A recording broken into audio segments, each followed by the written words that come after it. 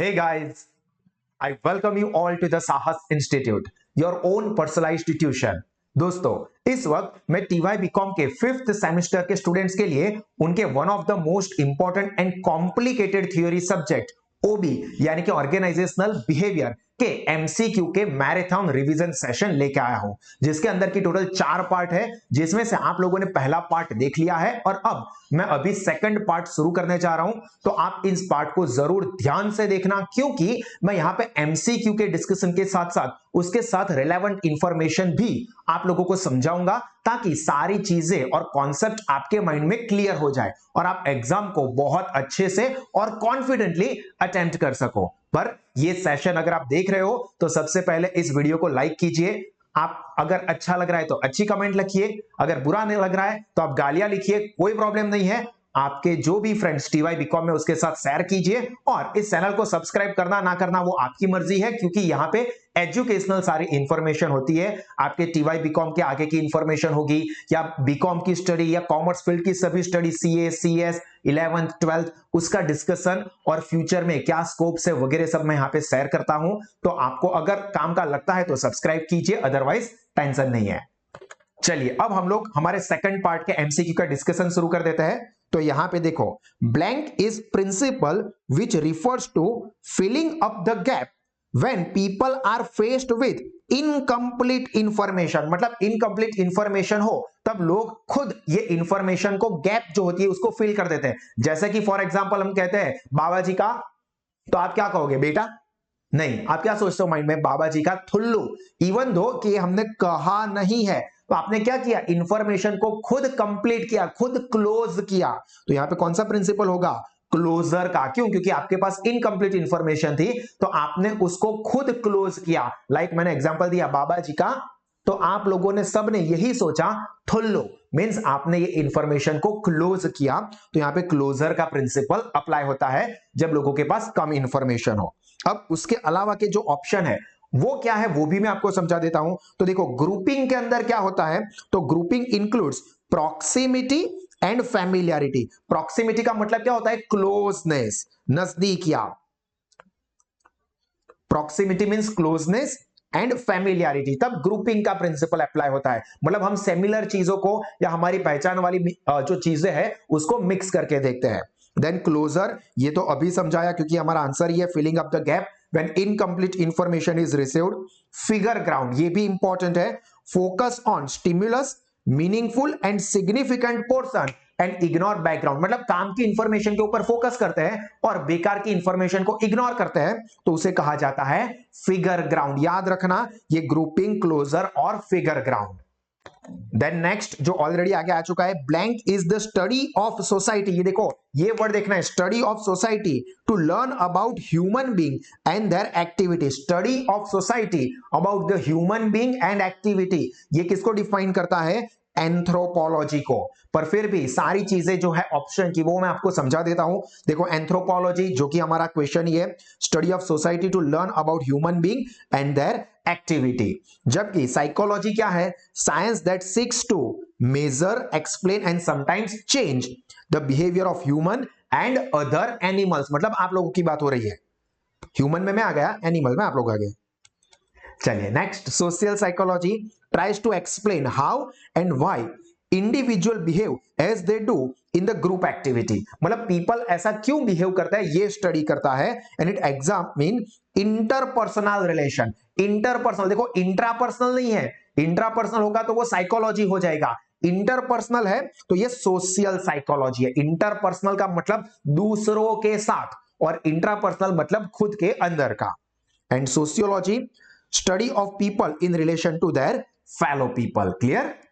चलिए next, contribution of psychology in the field of learning, motivation, personality, perception, individual decision making, etc. facilitate मतलब help the study and understanding of individual. देखो psychology word आया तो psychology person के साथ, एक person के साथ यानी कि इंडिविजुअल के साथ जुड़ा हुआ पार्ट है। तो साइकोलॉजी वर्ड देखा, वहां से आपको हिंट मिल जानी चाहिए कि ये इंडिविजुअल के साथ जुड़ा हुआ पॉइंट है। अगर ग्रुप होता तो वो सोशियोलॉजी होता। Which behavioural science is the study of people, देखो people in relation to their fellow human being, fellow human being के साथ उनका बिहेवियर कैसा होता है, मतलब ग्रुप में, तो मैंने अभी कहा ग्रुप मतलब क्या आ जाएगा, sociology, clear. Then blank are the social invention for accomplishing goals through group efforts, तो ग्रुप एफर्ट से हम लोग ऑर्गेनाइजेशनल गोल अचीव करते हैं, वो क्या होता है, ऑर्गेनाइजेशन, ये आप लोग 12th स्टैंडर्ड में भी पढ़ चुके हो। Then which of the following is और are key features of organisation, organisation यानी कि व्यवस्था तंत्र, तो उसके फीचर्स 12th स्टैंडर्ड का पार्ट है, social invention, accomplishing goal, accomplishing goal का मतलब है गोल को अचीव करना, ग्रुप एफर्ट्स, तो ये सारे के सारे जो है ये ऑर्गेनाइजेशन के फीचर्स यानी कि कैरेक्टरिस्टिक्स, लक्षण है, तो यहां पे आंसर होगा all of this. Then a study of human behaviour in organisational setting, देखो ऑर्गेनाइजेशनल सेटिंग में या ऑर्गेनाइजेशनल एनवायरनमेंट में कोई भी वर्ड हो सकता है, तो वो क्या होगा, ऑर्गेनाइजेशनल बिहेवियर, क्योंकि हम लोग ह्यूमन का बिहेवियर स्टडी करते हैं ऑर्गेनाइजेशनल एनवायरनमेंट में, तो ये होता है हमारा subject organisational behaviour. Then scientific management, ये आपको प्रिंसिपल्स ऑफ मैनेजमेंट में भी आ गया है। साइंटिफिक मैनेजमेंट का अप्रोच किसने डेवलप किया था, ये हमारे FW टेलर यानी कि फ्रेडरिक विल्सन टेलर, इन्होंने ये साइंटिफिक मैनेजमेंट का अप्रोच दिया था जो कि क्लासिकल थियरी ऑफ मैनेजमेंट में आता है।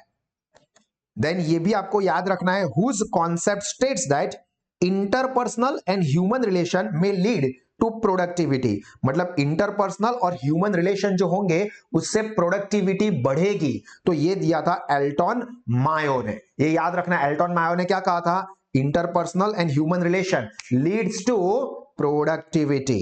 देन ऑलरेडी आगे आ चुका है, today's organisations are open system, मतलब आप ओपनली कम्युनिकेट कर सकते हो, जो भी लगता है वो कहो, मैंने कहा फॉर एग्जांपल मैं अभी आपको ये गाइड कर रहा हूं तो मैंने कहा कि आपको जो भी लगता है नीचे कमेंट बॉक्स में लिखो, अच्छा लगता है तो अच्छा लिखो, अच्छा नहीं लगता है, टाइम वेस्टिंग लगता है, बुरा लगता है तो गालियां लिखो, कोई दिक्कत की बात नहीं है, ओपन, मुझे भी पता चलेगा कि स्टूडेंट्स को फायदा होता है या उनको अच्छा नहीं लगता है, ताकि फ्यूचर में मैं इस तरह के और एक्स्ट्रा ऑर्डिनरी एजुकेशनल फीचर्स आप लोगों के लिए प्रोवाइड करूं या नहीं, या किस तरह से प्रोवाइड करूं ये सोच सकूं। तो ये क्या होता है, ओपन होता है कि जो भी है खुले मन से बात कर दो यार, तो ये क्या होता है, ओपन सिस्टम होता है टुडेस ऑर्गेनाइजेशन। जबकि पहले क्या होता है, बहुत क्लोज, तेरे को पूछा उतना ही बोल, उससे ज्यादा नहीं करने का, समझा, तो ये क्या था, ओल्ड में क्या था, सब कुछ जितना पूछा उतना करो, जबकि अब क्या है, open system. Then organisational behaviour is an interdisciplinary approach, ये तो बिल्कुल सही है, ह्यूमनिस्टिक अप्रोच बिल्कुल सही है, सिस्टम अप्रोच ये भी सही है, मतलब सभी, देखो पहले ही चैप्टर में पहला ही टॉपिक था कि जो ओबी है वो सिर्फ एक चीज आपको याद रखनी है कि वो पैसिमिस्टिक नहीं है, तो ये सभी पॉइंट है, तो यहाँ पे ऑल ऑफ दिस, तो देखो यहाँ पर ही आ गया, ऑर्गेनाइजेशनल बिहेवियर इज नॉट, मैंने अभी कहा पैसिमिस्टिक अप्रोच नहीं है, पैसिमिस्टिक मतलब नेगेटिव, तो ये पॉइंट नहीं आता, तो यहाँ पे हमारा आंसर होगा D. Then cognitive theory of learning was given by Tolman, याद रखना कॉग्निटिव थियरी जो है वो टोलमैन ने दी थी।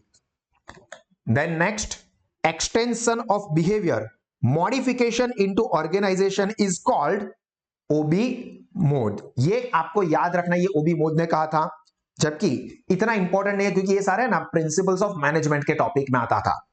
Blank is relatively permanent change in behaviour that occurs as a result of experience, ये इंपॉर्टेंट है, क्या कहा है, blank is relatively permanent change, मतलब ये परमानेंट रहेगा in behavior that occurs as a result of experiences, तो ये क्या है, learning is a relatively permanent change, ये continuously होता ही रहेगा, आप कुछ ना कुछ सीखते ही रहोगे। देखो अभी आपको ऐसा लगता है कि सर अभी तो हम लोग पढ़ाई कर रहे हैं इसलिए सीख रहे हैं, फ्यूचर में एक बार पढ़ाई खत्म हो जाए, देखो आपका एजुकेशन खत्म होगा, लर्निंग कभी खत्म नहीं होती है, लर्निंग तो हमेशा चालू रहती है और वो चालू रहनी ही चाहिए। मैं इतना पढ़ता हूं, इतना कुछ नया नया एक्सपीरियंस करता हूं, फिर भी और नया नया पढ़ता रहता हूं और नया नया सीखता रहता हूं, बिकॉज लर्निंग ये कभी भी खत्म नहीं हो सकती, ना ही कभी खत्म करनी भी चाहिए। याद रखना दोस्तों, आप एजुकेशन भले खत्म कर दो आपका ऑफिशियल, बट लर्निंग ये हमेशा चालू रखना, नया नया सीखते रहना, ताकि आप लाइफ में, करियर में कुछ ना कुछ अच्छा और बेहतरीन कर सको। Which of the following is और are included as a structure of human mind, तो human mind के स्ट्रक्चर में देखो, ह्यूमन की आईडी, ईगो, सुपर, ये ईगो और सुपर ईगो तो हमारे यहाँ पे ना ठुस ठुस के भरा हुआ है, बहुत ईगो होता है। तो यहाँ पे क्या है, ऑल ऑफ दिस। आइडेंटिटी तो हमारी होती है, उसके अलावा ईगो, सुपर ईगो, ये सारी चीजें होती है। Then blank is the reaction of individual to new or threatening factor in their work environment। work environment में कोई new या कोई threatening मतलब थोड़ी डरावनी कोई चीज आ जाती है, तो वो उससे क्या हो जाता है, स्ट्रेस हो जाता है। जैसे कि आप लोगों ने एक्सपीरियंस किया होगा आपके लास्ट टेस्ट में, क्या हो गया था, सर लॉगिन नहीं हो रहा था, सर बंद हो गया, सर टेंशन में आ गए, ये न्यू सिस्टम तो बेकार है, ऑनलाइन एग्जाम तो बेकार है, ये बेकार है, वो बेकार है, टेंशन में आ गए थे, स्ट्रेस आ गया था। अल्टीमेटली क्या हो गया था, स्ट्रेस आ गया था। क्यों? क्योंकि वो चीज जो थी वो न्यू एंड थ्रेटनिंग थी कि मेरे करियर क्या क्या होगा, मेरी एग्जाम का क्या होगा, वगैरह वगैरह। तो वो आता है स्ट्रेस कैटेगरी में। Then next, Which of the following is or are not job related source of stress। देखो जॉब रिलेटेड नहीं है तो रोल एम्बिग्यूटी, ये तो जॉब रिलेटेड है कि आपको क्या काम करना है। रोल ओवरलोड मतलब ज्यादा काम मिल गया है, तो ये भी आपके जॉब रिलेटेड स्ट्रेस में आएगा। एथिकल डिलेमा कि मैं ये करूं या ना करूं, मैं आप लोगों को फॉर एग्जांपल ये फ्री एजुकेशन दूं या ना दूं, तो ये इथिकल डिलेमा का मतलब क्या होता है, कंफ्यूजन कि ये करे या ना करे, ये अच्छा है या बुरा है। तो ये सब जॉब रिलेटेड नहीं है, जॉब रिलेटेड है। जबकि करियर कंसर्न ये जॉब रिलेटेड इशू नहीं है, तो यहां पे हमारा आंसर होगा करियर कंसर्न, मतलब करियर की फिक्र। Then which of the following is और are not organisational factor causing stress. तो टास्क डिमांड, देखो not organisational factor, organisational factor में नहीं आता है, तो वो है रोल कॉन्फ्लिक्ट। क्लियर, ये याद रखना कि role conflict organisational factor causing stress में नहीं आता है।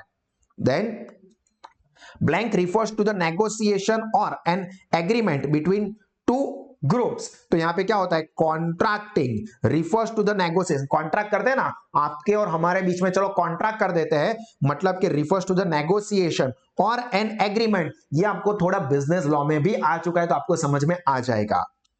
Then which of the following method is or are used to solve intergroup conflict indirectly। मतलब इंटरग्रुप कॉन्फ्लिक्ट कैसे अवॉइड कर सकते हैं। साइंस वर्सेस कॉमर्स, हमारे स्कूल में हमेशा झगड़ा चलता रहता है, यार छोड़ना यार, क्या इसके लफड़े में पड़ने का। क्या करते हैं हम लोग, अवॉइड करते हैं, इसके साथ बेकार में आप इसके ऊपर पत्थर फेंकोगे, वो कल हमारे ऊपर कुछ और फेंकेगा, मतलब ये चलता ही रहेगा। इससे बेटर क्या है, अवॉइड करो, जाने दो। तो ये क्या है, अवॉइडेंस, ये इंटर ग्रुप कॉन्फ्लिक्ट को अवॉइड करने का एक इनडायरेक्ट तरीका है। Then which of the following is और are not direct method to solve the inter group conflict. देखो डायरेक्ट नहीं सॉल्व कर सकते, तो देखो प्रॉब्लम सॉल्विंग ये डायरेक्ट है। डोमिनेशन बाय मैनेजमेंट, मतलब मैनेजमेंट ऊपर से बोला कि ये करना है, मतलब करना ही है, तो ये भी प्रॉब्लम सॉल्व कर सकता है। रिमूविंग की फिगर्स इन द कॉन्फ्लिक्ट, जबकि परस्युएशन किसी को परस्यूड करना, एनकरेज करना, is not direct method. Clear, ये याद रखना। Then a technique to bring change in the entire organisation rather man focusing attention on individuals to bring changes easily is organizational development। ये OD वाले topic में discuss कर चुके हैं। Organizational development, OD क्या करता है, technique to brings change in entire organization, तो इसको कहते हैं organizational development. Which of the following is और आर ओडी इंटरवेंशन टेक्निक। तो ओडी इंटरवेंशन टेक्निक में ये सभी आ जाती है। सेंसिटिविटी ट्रेनिंग, एमबीओ यानी कि मैनेजमेंट बाय ऑब्जेक्टिव्स, इंपॉर्टेंट चीज है, मैनेजमेंट वाले सब्जेक्ट में आती भी है। क्वालिटी वर्क ऑफ लाइफ, तो यहां पे आंसर रहेगा all of this. Which of the following is not an important issue related to goal setting theory। तो गोल सेटिंग थियरी में देखो गोल स्पेसिफिसिटी, फीडबैक, ये इंपॉर्टेंट है। देखो गोल फिक्स करता है, फॉर एग्जांपल मैंने गोल सेट किया कि मुझे आप लोगों को क्वालिटी एजुकेशन प्रोवाइड करना है, देन फीडबैक में कहता हूं कि आप कमेंट लिखो, अगर अच्छा लगा है तो लाइक करो, ताकि हमको पता चले, मींस फीडबैक मिले। डिफाइनिंग गोल, ये सब गोल के साथ जुड़ा हुआ है। जबकि इक्विटी अमॉन्ग वर्कर्स, मतलब वर्कर्स के बीच में यूनिटी, ये गोल के साथ नहीं जुड़ा हुआ है। देखो गोल सेटिंग थियरी में नहीं आता है, तो यहां पे हमारा आंसर क्या रहेगा, इक्विटी अमॉन्ग, इक्विटी कहो या यूनिटी कहो, अमॉन्ग वर्कर्स। दोस्तों यहां पे मैं बीच में आपको एक इंपॉर्टेंट इंफॉर्मेशन दे रहा हूं। अगर आप लोग आपके टीवाई के साथ अभी या टीवाई बीकॉम के बाद आपके एकेडमिक करियर में अच्छा प्रोफेशनल लेवल अचीव करना चाहते हैं तो मेरा ये पर्सनल रेकमेंडेशन रहेगा कि आप कंपनी सेक्रेटरी प्रोफेशनल कोर्स के बारे में जरूर सोचें, जिसके अंदर की करियर अपॉर्चुनिटी कोई भी डिग्री कोर्स, चाहे कोई एमकॉम करने का सोचता है या एमबीए करने का सोचता है, तो उसके कंपैरिजन में वैल्यू कंपनी सेक्रेटरी की काफी ज्यादा होती है। टाइम पीरियड तो दोनों में सिमिलर जाने वाला है। कंपनी सेक्रेटरी का कोर्स आप आराम से 2 से 2.5 साल में कंप्लीट कर सकते हो, खर्चा भी बहुत कम होता है और इनफैक्ट साहस स्मार्ट स्टडीज के ऊपर तो ये सीएस के कोर्स आपको बहुत ही कम फीस पे अवेलेबल होंगे, जिसमें जो सीएस का फर्स्ट लेवल है सीएसईटी वो सिर्फ 6,000 रुपए के अंदर अवेलेबल है। तो आप इसका बेनिफिट ले सकते हो। एक्स्ट्राऑर्डिनरी पर्सनल एजुकेशन आपको मिलेगा और आपने रिजल्ट अच्छा अचीव कर सकते हो कंपनी सेक्रेटरी के कोर्स में और अपने करियर को बहुत बेहतरीन हाइट पे ले जा सकते हो, जिसके अंदर आपको पैकेजेस और जॉब ऑफर्स भी काफी बेहतरीन मिलते हैं। मतलब इंस्टीट्यूट के हिसाब से ही कहे तो minimum average package 45 to 48,000 per month के आसपास चलता है। तो मैं आपको पर्सनली रेकमेंड करूंगा कि आप कंपनी सेक्रेटरी कोर्स के बारे में जरूर सोचिए। अब फिर से हम लोग हमारे एमसीक्यू का डिस्कशन करते हैं।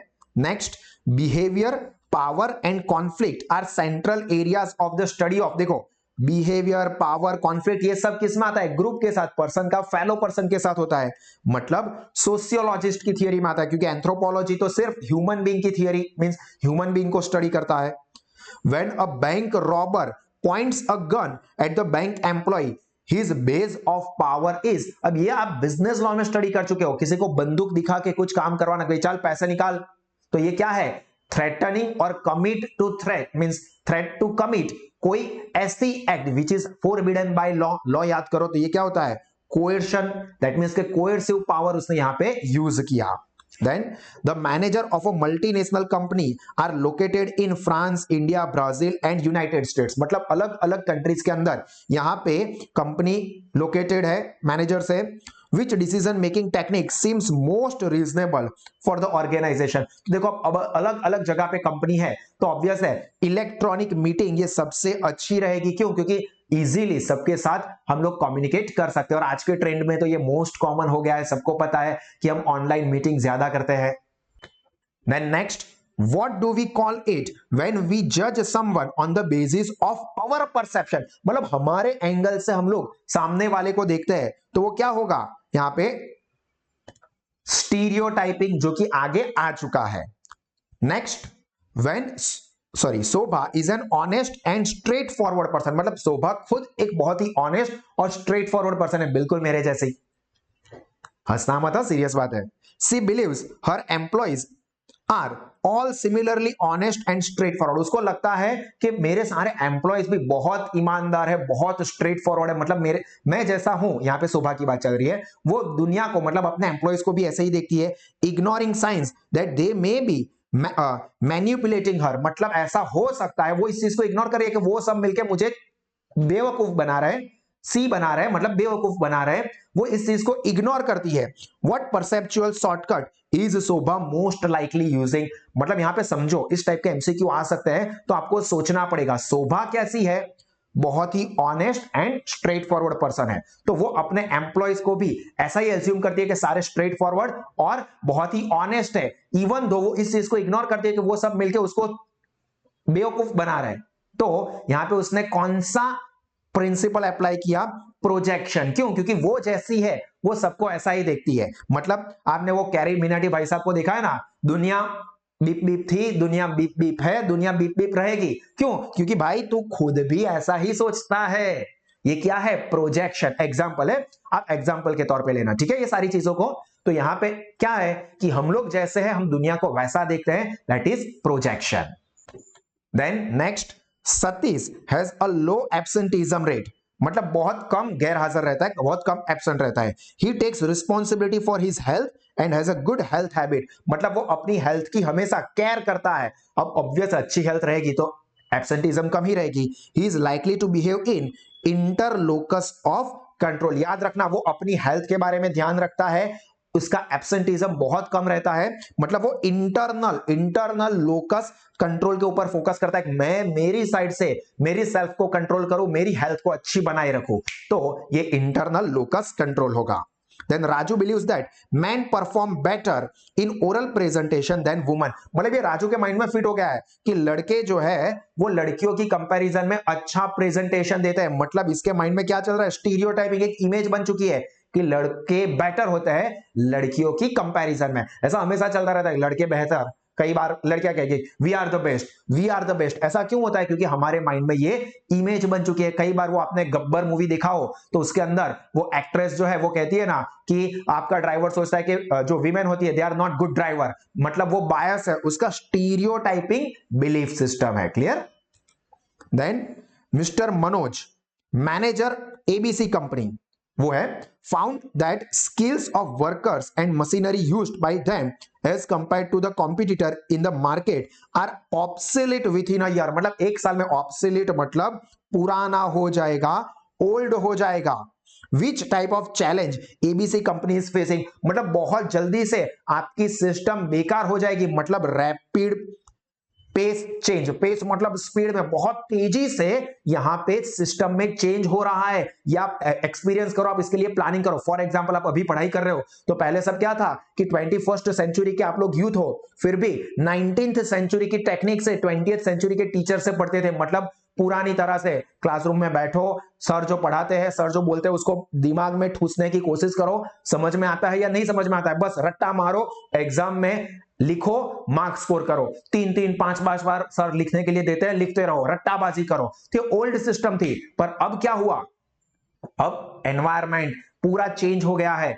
सब लोगों को नई नई चीजें, नई नई मेथड्स के ऊपर शिफ्ट होना पड़ता है। फिर भी अब देखो कई सारी जगह पे आपको अभी भी ओल्ड जैसे ही सिस्टम देखने को मिलेगी। बस सिर्फ इतना होगा कि भाई सबको मोबाइल पे दिख रहा है या कंप्यूटर पे दिख रहा है, बट टेक्नोलॉजिकल एडवांसमेंट कोई नहीं सोचता है। तो ये सब क्या हो जाएंगे, पुराने हो जाएंगे।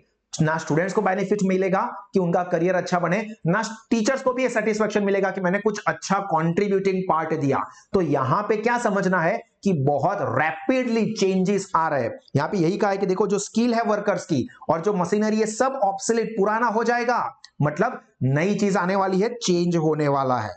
Then according to Robert Katz, ये रॉबर्ट कैट्स भाई साहब है, when managers have the mental ability to analyze and diagnose the complex situation, they possess conceptual skill. मतलब वो सारी चीजों को समझ सकते हैं, उनके कॉन्सेप्ट क्लियर है। जैसे मैं भी आपको पढ़ाता हूं तो मैं क्या कोशिश करता हूं कि आपके कॉन्सेप्ट क्लियर हो तो आप सारी चीजों को अच्छे से समझ जाओगे। तो ये कहा था यहां पे रॉबर्ट कैट्स ने कि जो मैनेजर है उनकी मेंटल एबिलिटी किस चीज के लिए, एनालिसिस और डायग्नोस द कॉम्प्लेक्स सिचुएशन अच्छी है। मतलब उनके अंदर कॉन्सेप्चुअल स्किल काफी अच्छी है।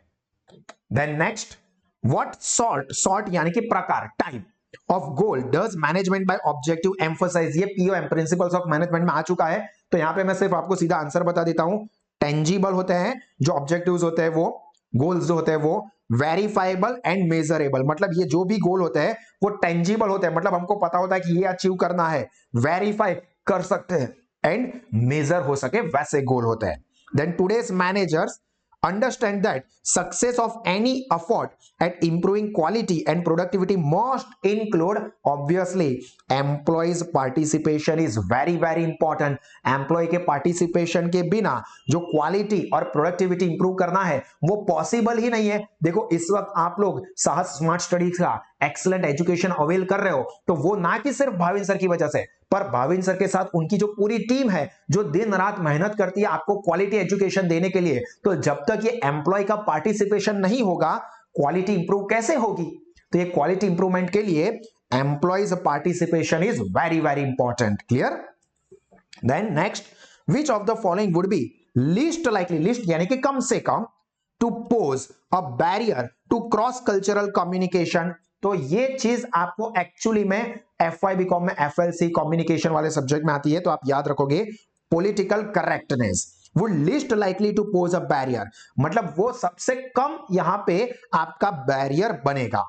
Then which of the following is और are method of managing stress. Stress manage कैसे कर सकते हो, ये बहुत इंपॉर्टेंट चीज है दोस्तों। आपके एग्जाम के बाद भी आप ये स्ट्रेस मैनेजमेंट के ऊपर जरूर पढ़ना, जरूर कुछ ना कुछ सीखने की कोशिश करना, ये आपको लाइफ में आगे बहुत हेल्प करेगा। तो जॉब रिलोकेशन ऑब्वियसली ये एक इंपॉर्टेंट फैक्टर है जिससे हम लोग स्ट्रेस के साथ डील कर सकते हैं। मतलब ये काम मुझे बहुत हेक्टिक लगता है, मैं हमेशा टेंशन में रहता हूं, कोई बात नहीं भाई, आप जॉब चेंज करो, जॉब रीलोकेट करो, चेंज करो, थोड़ा सा करियर काउंसलिंग कराओ। आपको ऐसा लगता है कि यार सर हमको तो बहुत टेंशन लगता है, 21 ईयर की एज हो गई है, बीकॉम खत्म होने को यार पता ही नहीं चल रहा है कि लाइफ में क्या होगा, मुझे तो पता नहीं क्या करना है, स्ट्रेस हो रहा है। कोई बात नहीं, आप हमसे मिलिए, करियर काउंसलिंग करवाइए, ठीक है, कोई पैसा नहीं चार्ज करता हूं, ये सिर्फ एक एग्जांपल है, फ्री में ही होता है, पर करियर काउंसलिंग करवाइए ताकि आप लोगों का स्ट्रेस कम हो सके। रिक्रिएशनल फैसिलिटी क्रिएट करवाओ। तो ये सब से, यानी कि यहां पे आंसर हमारा क्या होगा, all of this are the methods to manage the stress. Then mister Sunil's 1 day salary was deducted because of his uninformed leave, मतलब बिना बताए उसने छुट्टी मार दी, तो उसकी वजह से उसकी एक दिन की सैलरी, तनख्वाह काट दी गई। As he was already warned about this behavior, उसको ऑलरेडी पहले से बता दिया था भाई अगर बिना बताए छुट्टी मारी तो तेरी सैलरी कट होगी, ये उसको पहले से वार्न कर दिया था, और उसने अनइन्फॉर्म लीव ले ली तो उसकी एक दिन की तनख्वाह काट भी ली। तो it is an example of which method, तो यहां पे आएगा दोस्तों पनिशमेंट, ताकि वो फिर से ऐसा ना करे, मतलब चल निकल, फिर से ऐसा भी कह सकते हैं अगर तू इन दिन तूने बिना बताए छुट्टी मारी तो फिर चल निकल, पहली फुर्सत में इधर से निकल, कोई जरूरत नहीं है तेरी इधर, ऐसा हिंदुस्तानी भाव की तरह भी कंपनी की साइड से डायलॉग आ सकता है। तो ये कैसी एक्शन है या स्टेप है, पनिशमेंट, पनिशिंग या प्यूनिटिव एक्शन इसको कहा जाता है। Then while managing political behavior in the organization the manager requires discouraging self interest। देखो डिस्करेज क्या करना है, सेल्फ इंटरेस्ट को अवॉइड करो, हमको क्या करना है, ऑर्गेनाइजेशनल के ऑब्जेक्टिव्स को, ऑर्गेनाइजेशनल इंटरेस्ट को फोकस करना है। Then next, which of the following is an environmental force that shapes the personality। environmental force, हाँ, तो देखो जेंडर ये एनवायरमेंट के ऊपर थोड़ी डिपेंड रहेगी, वो तो अब जब हम पैदा हुए तभी फिक्स हो गया था, मेल है फीमेल है जो भी जेंडर है हमारी। हाइट क्या होगी ये एनवायरमेंट के ऊपर थोड़ा डिपेंड है, कि मैं अगर नाटे लोगों के बीच में रहूंगा तो मेरी हाइट भी कम रह जाएगी, और मैं अगर खली के साथ घूमूंगा तो मैं भी 7.5 फीट का हो जाऊंगा, ऐसा नहीं होता है। ब्रेन साइज, मतलब अगर आप इस पर्टिकुलर के साथ रहोगे तो आपका ब्रेन जो अमिताभ बच्चन पा मूवी दिखा है ना, बहुत बड़ा सर था, ऐसे पा जैसा दिमाग हो जाएगा, ऐसा तो होता नहीं है। तो यहाँ पे क्या है, एक्सपीरियंसेस, ये जो है ये एनवायरमेंटल फोर्स है, वो हमें एनवायरमेंट में से मिलता है। मतलब वो अभी हमने देखा था ना, दुनिया बीप बीप थी, दुनिया बीप बीप है, दुनिया बीप बीप रहेगी, तो वो कैसे पता चला, हमारे एक्सपीरियंस से, क्योंकि साले हमारे ही लोग ऐसे मिले जिसने हमारे साथ ही कर दिया। Then next, Praveen is dissatisfied with his job but believes that his supervisor is a good man who will do the right thing। मतलब उसको एक्चुअली में यहाँ पे जो प्रवीण है उसको अपनी जॉब से कोई खुशी नहीं मिल रही है, पर उसको लगता है कि उसका जो सुपरवाइजर है, बॉस है, वो अच्छा इंसान है, वो अच्छा करेगा। Praveen has decided that if he just waits condition will improve, मतलब मैं अभी जॉब छोड़ नहीं देता हूं, मुझे लगता है कि मेरा सुपीरियर जो है, मेरा बॉस जो है वो अच्छा आदमी है, वो कुछ ना कुछ अच्छा करेगा ही, तो मैं अभी जॉब नहीं छोड़ता हूं, मैं कंटिन्यू रहता हूं। तो यहाँ पे प्रवीण का अप्रोच फॉर दिस प्रॉब्लम कैसा है, यहाँ पे उसका है लॉयल्टी, कि भाई मैं इसके साथ लॉयल हूं। देखो अभी हम लोग देखते हैं कि भाई जॉब क्राइसिस बहुत चल रहा है, या फिर मार्केट के अंदर डिप्रेशन जैसी सिचुएशन है, जीडीपी हमारा नेगेटिव चल रहा है, फिर भी मोदी जी है ना, तो हमको भरोसा है कि वो देश को अच्छा बनाएंगे। यहाँ पे सिचुएशन भले खराब हो, पर हम क्या कहते हैं, भाई मोदी जी के ऊपर हमको भरोसा है। देखो ये पॉलिटिकल एंगल या मैं किसी को सपोर्ट या फेवर नहीं कर रहा हूं, ये एग्जांपल है, एजुकेशनल पर्पज से लेना है कि सारी चीजें नेगेटिव है, फिर भी लोगों की लॉयल्टी मोदी जी के प्रति एज इट इज बनी हुई है, जिसकी वजह से वो सभी जगह पे इलेक्शन जीत रहे हैं। तो ये क्या है, लॉयल्टी, के सारी सिचुएशन नेगेटिव है, फिर भी मोदी नहीं तो कौन, वोट किसे देंगे, राहुल गांधी को देंगे क्या, या इसको देंगे या उसको देंगे, तो यहां पे क्या है, लॉयल्टी वाला factor. Then next, which of the following is not a trait this mention in big 5 personality trait। 5 big personality traits यानी कि फीचर्स या कैरेक्टरिस्टिक्स का हिस्सा नहीं है।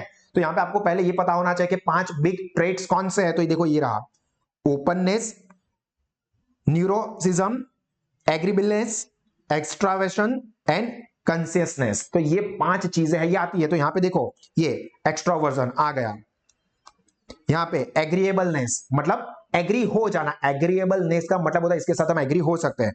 कल्चर, ये सारी चीजें यहां पे कवर होती है। ईगो जो है ये 5 ट्रेट में नहीं आता है।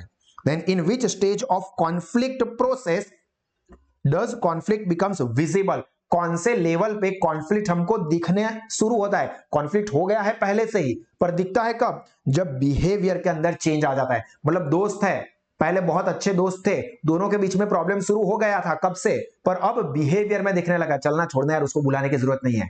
तो अब उसका बिहेवियर, यहां से हमको पता चलता है कि हाँ, कोई ना कोई कॉन्फ्लिक्ट जरूर चल रहा है। Then which dimension of big five personality traits represents artistically sensitive, refined etc. artistically मतलब बेहतरीन तरीके से, कलात्मक तरीके से, तो ये क्या होता है, culture.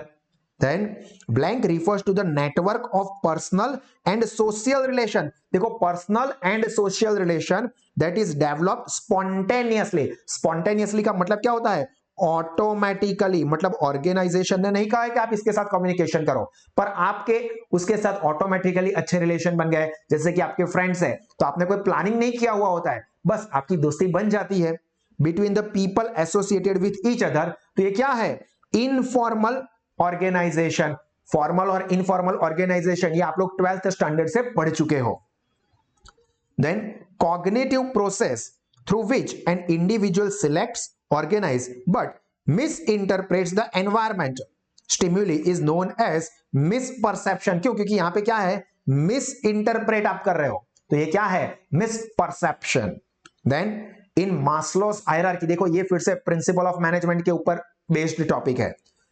मास्लोस hierarchy needs which of the following pair of needs is ranked as a lower order needs। तो देखो ये है, ये पहला, दूसरा, तीसरा, ये अब्राहम मास्लोस हायरार्की ऑफ नीड है। तो उसमें फिजियोलॉजिकल एंड सोशल नीड सबसे बॉटम लेवल पे होती है। सबसे पहले हमें क्या चाहिए, फिजिकल सेफ्टी, फूड चाहिए, रहने के लिए घर चाहिए, कपड़े चाहिए। तो ये फिजियोलॉजिकल एंड सोशल नीड्स ये बेसिक लोअर रैंक की नीड्स होती है। And मास्लोस group the 5 needs into 2 categories, और ये 2 कैटेगरीज कौन सी है, एक हायर ऑर्डर मतलब ये ऊपर वाला, और दूसरे ये दो जो है ये लोअर ऑर्डर नीड्स। क्लियर। तो यहां पे दोस्तों हमारे second part of obese MCQ का डिस्कशन खत्म हुआ, एंड आई होप कि आपको समझ में भी आ रहा होगा, मजा भी आ रहा होगा।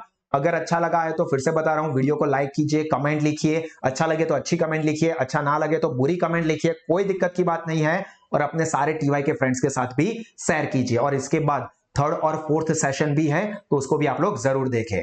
इसके साथ साथ एक और इंफॉर्मेशन मैं आपको देता हूं कि अगर आप में से कोई भी स्टूडेंट ऐसा है कि जो अब करियर जॉब के बारे में सोच रहा है, या कोई और जॉब के साथ साथ एक अच्छी इनकम करना चाहता है with some doing good for the society, तो आप हमारे साथ जुड़ सकते हैं। हमारा जो सोशल कॉज है उसमें जुड़िए, जहां पे हम लोग मैक्सिमम एक्सीलेंट एजुकेशन लोगों को प्रोवाइड करने का टारगेट लेके चल रहे हैं। तो उसके अंदर आप हमसे जुड़ सकते हो, जहां पे आपको सिर्फ एक डेडिकेटिव एफर्ट्स लगानी है, अच्छी इनकम, मतलब बहुत अच्छी इनकम, सोसाइटी के लिए कुछ अच्छा करके आप लोग अर्न कर सकते हो। And that's the end from my side. और इसी तरह के एक्सीलेंट एजुकेशन लोवेस्ट फीस पे कॉमर्स स्ट्रीम के कोई भी कोर्स के लिए, चाहे वो 11th 12th हो, FY SY TY BCom CA या CS के लिए, तो अपने दोस्तों को रेकमेंड करें कि वो गूगल प्ले स्टोर पे जाके साहस स्मार्ट स्टडीज ऐप को डाउनलोड करें और एक्सीलेंट एजुकेशनल फीचर्स को अवेल करें, जिससे कि इनका नॉलेज, रिजल्ट और करियर तीनों ही जबरदस्त हाइट पे बढ़ सकते हैं। And always believe that you are intelligent, you are unique, just work smart and achieve more result with SAS Institute of Commerce. Me Bhavin Shah signing off. Bye bye.